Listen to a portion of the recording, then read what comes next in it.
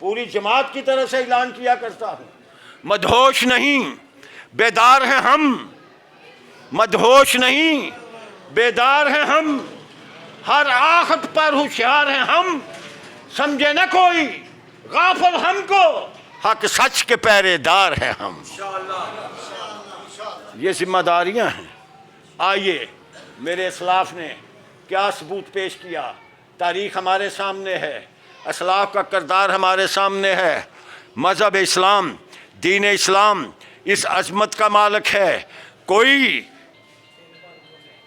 قارون کی دولت لے کے آئے، فرعون کا تکبر لے کے آئے، ضحاک کا ظلم لے کے آئے، نمرود کا تمرد لے کے آئے، چنگیز کی خونریزی لے کے آئے، ہم پاؤں کی ٹھوکر سے ٹھکرا دیں گے، دین اسلام سے انحراف نہیں کریں گے۔ یہ ذمہ داری ہے ہماری۔ ہاں، اور ہم نے اپنے بڑوں کو دیکھا ہے، وہ شاہوں کے درباروں میں ننگی تلواروں میں، شولوں پر، شراروں پر، خنجروں کی دھاروں پر، اونچے ایوانوں میں، جنگی میدانوں میں دین اسلام کا پرچم اٹھا کے چلے اور لہراتے چلے گئے، لہراتے چلے گئے۔ یہ ذمہ داری ہے، یہ وفا ہے۔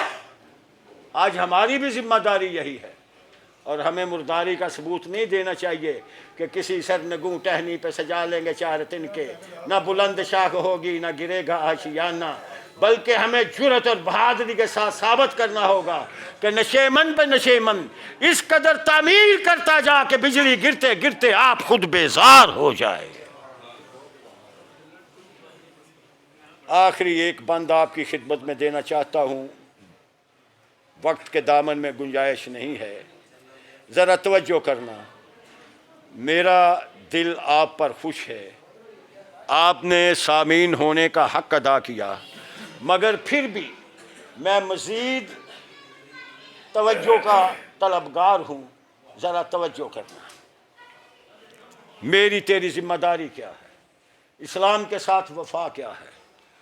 فرمایا کفر کے ظلمت خانے میں نور خدا پھیلاتا جا، غیر اللہ کی گردن پر لا کی تیغ چلاتا جا، تو تکبیر کے نعروں سے سب کا لہو گرماتا جا، حاکم ہے صرف ایک اللہ، دنیا کو سمجھاتا جا، امن فقط اسلام میں ہے، غور کی بات بتاتا جا، اور موت سے ڈر کر جینا کیا، موت سے آنکھ لڑاتا جا، خار چبے تو آہ نہ کر، آگے پیر بڑھاتا جا، مظلوموں کا ساتھ نہ چھوڑ، ظالم سے ٹکراتا جا، اور جان بچے یا چلی جائے تو ایمان بچاتا جا۔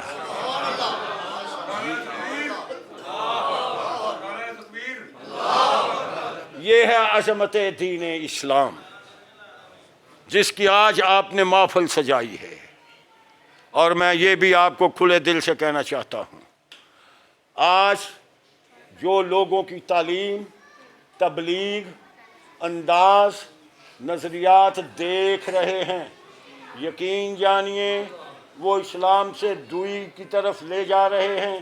اگر آپ کو اسلام کے قریب لانے والی کوئی جماعت موجود ہے تو وہ اہل حدیث جماعت ہے۔ یہ بات میری آپ پلے باندھ لیں۔ آئیے، شاعر کی زبان میں آپ نے سنا، مجھے اور آپ کو دین اسلام کے ساتھ وفادار کب مانا جائے گا؟ شاعر کی زبان میں آپ نے سنا، قرآن کی زبان میں سن لیں گے، بات مکمل ہو جائے گی۔ آئیے ذرا قرآن کے الفاظ پہ غور کریں۔ فرمایا ان اللہ یحب المقسطین، ان اللہ یحب التوابین، ان اللہ یحب المتوکلین، ان اللہ یحب المتوکلین، ان اللہ یحب المتطہرین، ان اللہ یحب الصابرین، ان اللہ یحب المتقین، ان اللہ یحب المتصدقین۔ اب بات سن لیجئے، فرمایا نیکی کرنے والے بن جاؤ، برائی ہو جائے تو توبہ کرنے والے بن جاؤ، توبہ کر لو تو پاک رہنے والے بن جاؤ، میرے پر توکل کرنے والے بن جاؤ، صبر مصیبت آئے تو صبر کرنے والے بن جاؤ، اگر پیسے ہوں تو صدقہ کرنے والے بن جاؤ، اور اگر تمہیں برائیاں گھیرے تو تم پرہیزگار متقی بن جاؤ۔ جب اتنے نیک بن جاؤ گے میں تمہیں پکڑ کے جنت پہنچا دوں گا۔ وآخر دعوانا الحمدللہ رب العالمین۔